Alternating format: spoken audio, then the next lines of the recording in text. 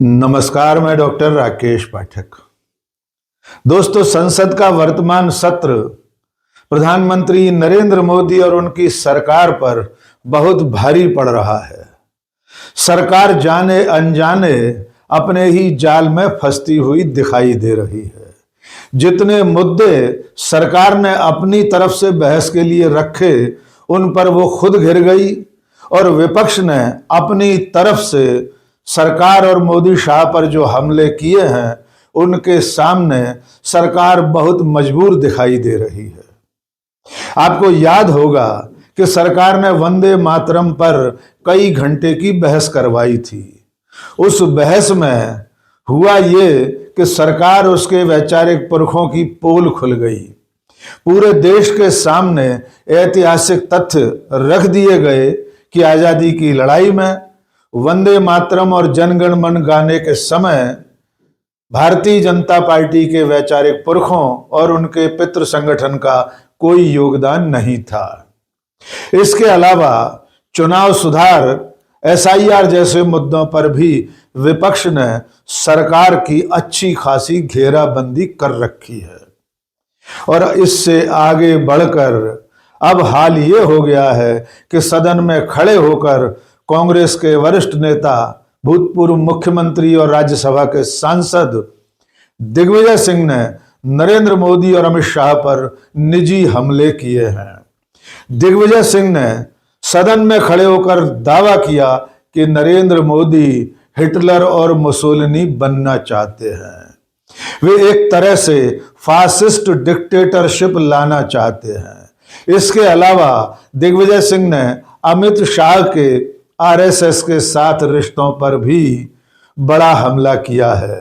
दिग्विजय सिंह ने दावा किया है कि भले ही अमित शाह लोकसभा में यह दावा कर रहे थे कि वे और नरेंद्र मोदी राष्ट्रीय स्वयंसेवक संघ के स्वयंसेवक रहे हैं, लेकिन दिग्विजय सिंह ने कहा कि अमित शाह संघ में कभी नहीं रहे।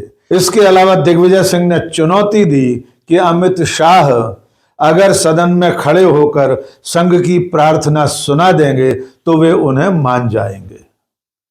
तो आइए शुरुआत करते हैं दिग्विजय सिंह के इस धमाकेदार भाषण से। दिग्विजय सिंह चुनाव सुधार एसआईआर पर बोल रहे थे।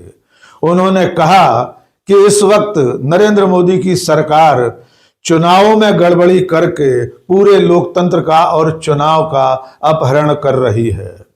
उन्होंने कहा कि इस तरह के चुनाव करवा कर तो हिटलर और मुसोलिनी भी सत्ता में आए थे, लेकिन वे किस तरह डिक्टेटर बन गए, वे किस तरह फासिस्ट डिक्टेटर में तब्दील हो गए, इसका उदाहरण इतिहास में मौजूद है।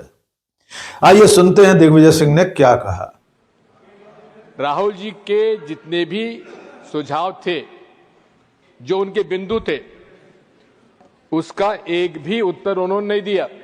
ये नहीं है, जैसा कि राहुल गांधी ने अपने भाषण में कहा था, इस देश में 2014 के बाद जितनी भी संवैधानिक हमारी संस्थाएं हैं, उन पर एक निश्चित विचारधारा के लोगों को बिठाया जा रहा है, वो योग्य हो या अयोग्य हो, और उनको उनके माध्यम से वे यहां पर, मेरा यह आरोप है माननीय सभापति जी, फासिस्ट डिक्टेटरशिप लागू करना चाहते हैं नरेंद्र मोदी जी। और ये उदाहरण है, हिटलर भी चुनाव जीत के आए थे, मुसोलिनी भी चुनाव जीत के आए थे, लेकिन अंत में सारे संवैधानिक संस्थाओं पर कब्जा कर उन्होंने फासिस्ट डिक्टेटरशिप कायम की। जो रास्ता आज हम देख रहे हैं भारत में, वही उसी तरफ इंगित करता है माननीय सभापति। दिग्विजय सिंह ने रूस और उत्तर कोरिया का उदाहरण भी दिया और कहा कि वहां जिस तरह के चुनाव होते हैं, नरेंद्र मोदी अब अपने देश में भी उसी तरह के चुनाव करवा रहे हैं। उन्होंने कहा कि आज तक इतिहास में किसी भी पार्टी का 94% का स्ट्राइक रेट नहीं रहा है। भारतीय जनता पार्टी जिस तरह चुनाव करवा रही है और चुनाव जीत रही है, वो एक तरह से रूस और कोरिया के मॉडल पर ही है, और इसके जरिए नरेंद्र मोदी फासिस्ट डिक्टेटरशिप लाना चाहते हैं। आज रशिया भी कहता है, पुतिन भी कहते हैं कि मैं चुनाव जीत के आता हूं। नॉर्थ कोरिया के हमारे वो भी कहते हैं कि हम चुनाव जीत के आता हूं। इसी प्रकार के चुनाव यहां हो रहे हैं सभापति जी। मुझे भी 50 साल हो गए राजनीति में। किसी भी चुनाव में किसी राजनीतिक दल के 94% स्ट्राइक रेट अभी हमने तो देखी नहीं। ये कहां से हो गया? दिग्विजय सिंह ने कहा कि वन नेशन वन इलेक्शन भी भारत के विविध स्वरूप के खिलाफ है। इसके जरिए भी नरेंद्र मोदी अपनी डिक्टेटरशिप लाना चाहते हैं। दिग्विजय सिंह ने पिछले कई चुनावों में नरेंद्र मोदी के भाषणों का उल्लेख भी किया। उन्होंने कहा कि नरेंद्र मोदी शमशान कब्रिस्तान, हिंदू मुसलमान, पाकिस्तान के सिवा और कुछ बोल भी नहीं पाते हैं। उन्होंने कहा कि ये सारी बातें, ये नारे, ये जुमले कोड ऑफ कंडक्ट का उल्लंघन है। दिग्विजय सिंह ने कहा कि नरेंद्र मोदी बजरंग बली के नाम पर वोट मांगते हैं और यहां तक कि पुलवामा के शहीदों के नाम पर भी उन्होंने वोट मांगे थे। अब आप बताइए, नरेंद्र मोदी जी, उनका नाम तो मैं ले सकता हूं ना, प्रधानमंत्री जी, कर्नाटक में वोट का कहते हैं। कर्नाटक के मतदाता भाइयों और बहनों, बजरंग बली का नाम लो और भाजपा को बटन दबा दो। ये model of code of conduct में पूरी सब आता है कि नहीं आता है? आप बताइए। दूसरा, हर भाषण में मुसलमान, शमशान, कब्रिस्तान, हिंदुस्तान, पाकिस्तान, क्या मॉडल कोड कंडक्ट में नहीं आता? क्या सेक्शन 123, 125 रिप्रेजेंटेटिव पीपल एक्ट का उल्लंघन नहीं है? पुलवामा के शहीदों से, युवकों से वोट मांग रहे हैं राजस्थान में और उनको नोटिस तक नहीं दिया गया। ये क्या पक्षपात नहीं है? इसके बाद दिग्विजय सिंह के निशाने पर आए केंद्रीय गृह मंत्री अमित शाह। आपको याद होगा कि अमित शाह ने कुछ दिनों पहले सदन में यह दावा किया था, गर्व के साथ कहा था कि वे और प्रधानमंत्री नरेंद्र मोदी राष्ट्रीय स्वयंसेवक संघ के लोग हैं। उन्होंने पूछा था कि क्या देश में कोई कानून है कि संघ का व्यक्ति प्रधानमंत्री या गृह मंत्री नहीं हो सकता। आइए पहले अमित शाह का भाषण सुन लीजिए, फिर आपको सुनवाएंगे कि दिग्विजय सिंह ने किस तरह अमित शाह के दावे की पोल खोल दी। कि आरएसएस की विचारधारा वालों को रखते हैं।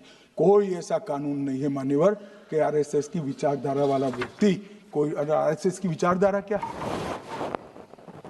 देश के लिए मरना ही आरएसएस की विचारधारा। देश को समृद्धि के परम शिखर पर ले जाना ही आरएसएस की विचारधारा है। देश की संस्कृति का झंडा बुलंद करना ही आरएसएस की विचारधारा। ये क्या समझाते हैं? हम ऐसे मान लेंगे? हम नहीं डरते साहब किसी से, हम नहीं डरते। मैं मेरी ही बात करता हूं। मैं तो 10 साल का था और नारे लगाता था, आसाम की गलियां सुनी है, इंदिरा गांधी खूनी है।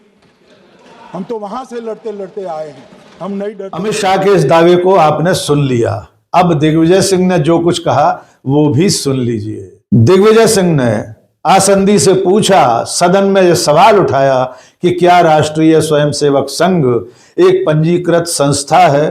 सदन की विपक्ष की बेंचों से आवाज आई कि आरएसएस रजिस्टर्ड नहीं है। इसके बाद दिग्विजय सिंह ने पूछा कि इसका बही खाता कहां है, इसका जो चंदा आता है, लोग जो गुरु दक्षिणा देते हैं, वो किस खाते में जमा होता है।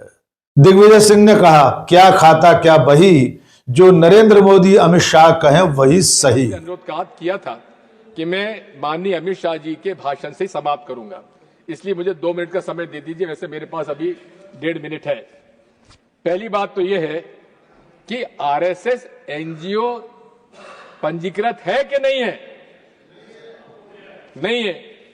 तो ये माननीय प्रधानमंत्री जी लाल किले से कह रहे हैं कि विश्व का सबसे ज्यादा लोकप्रिय एनजीओ आरएसएस है।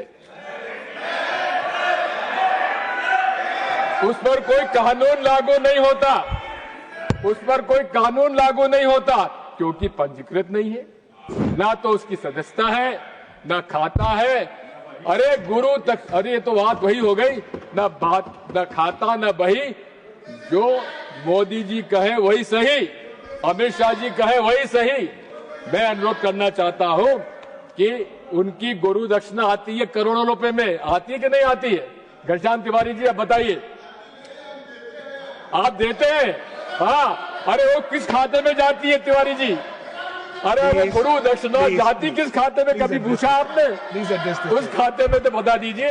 तो दिग्विजय सिंह कह रहे हैं कि एक ऐसी संस्था जो रजिस्टर्ड भी नहीं है, वो करोड़ों रुपए का दक्षिणा लेती है, वो न जाने किस खाते में जमा होता है, उस पर देश का कोई कानून लागू ही नहीं होता क्योंकि उसका पंजीकरण ही नहीं है।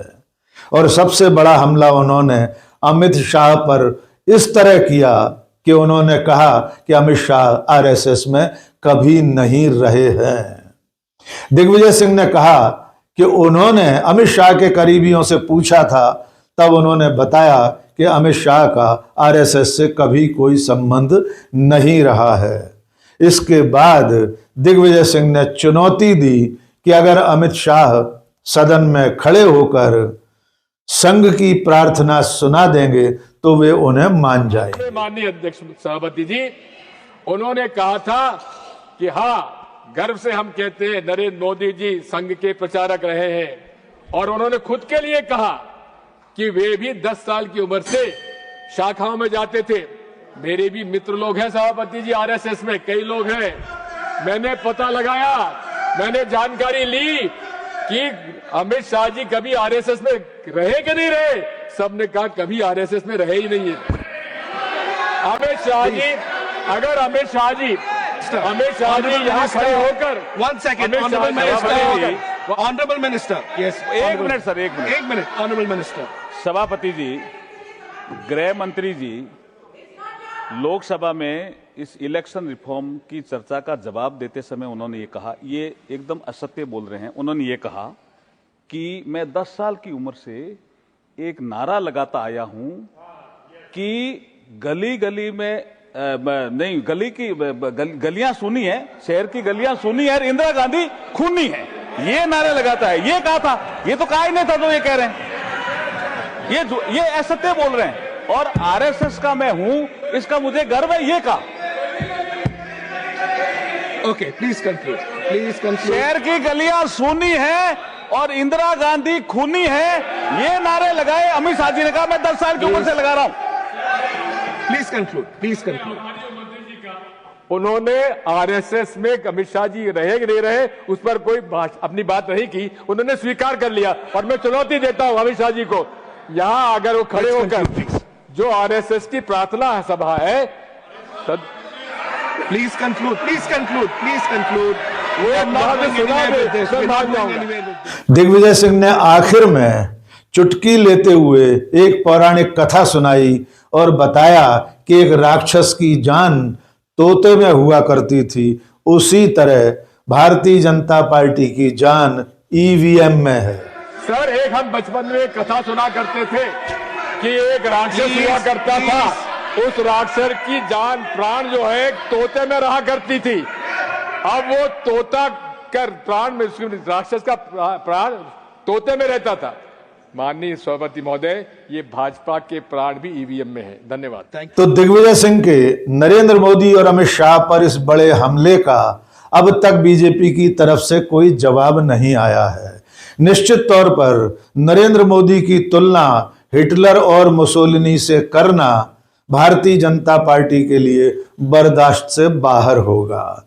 लेकिन दिग्विजय सिंह पूरी चुनाव प्रक्रिया में जो कुछ हो रहा है उसके हवाले से ये दावा कर रहे थे कि नरेंद्र मोदी फासिस्ट डिक्टेटरशिप लाना चाहते हैं। 94% की स्ट्राइक रेट से चुनाव जीतना संदेह वाली बात है, ये सहज और सामान्य नहीं है। तो अब देखना होगा कि भारतीय जनता पार्टी की तरफ से दिग्विजय सिंह के इन बड़े बड़े आरोपों का क्या जवाब आता है। और इंतजार इस बात का भी करना होगा कि अमित शाह सदन में कब खड़े होकर संघ की प्रार्थना सुनाते हैं। आज के इस वीडियो में बस इतना ही। बहुत बहुत शुक्रिया। जय हिंद।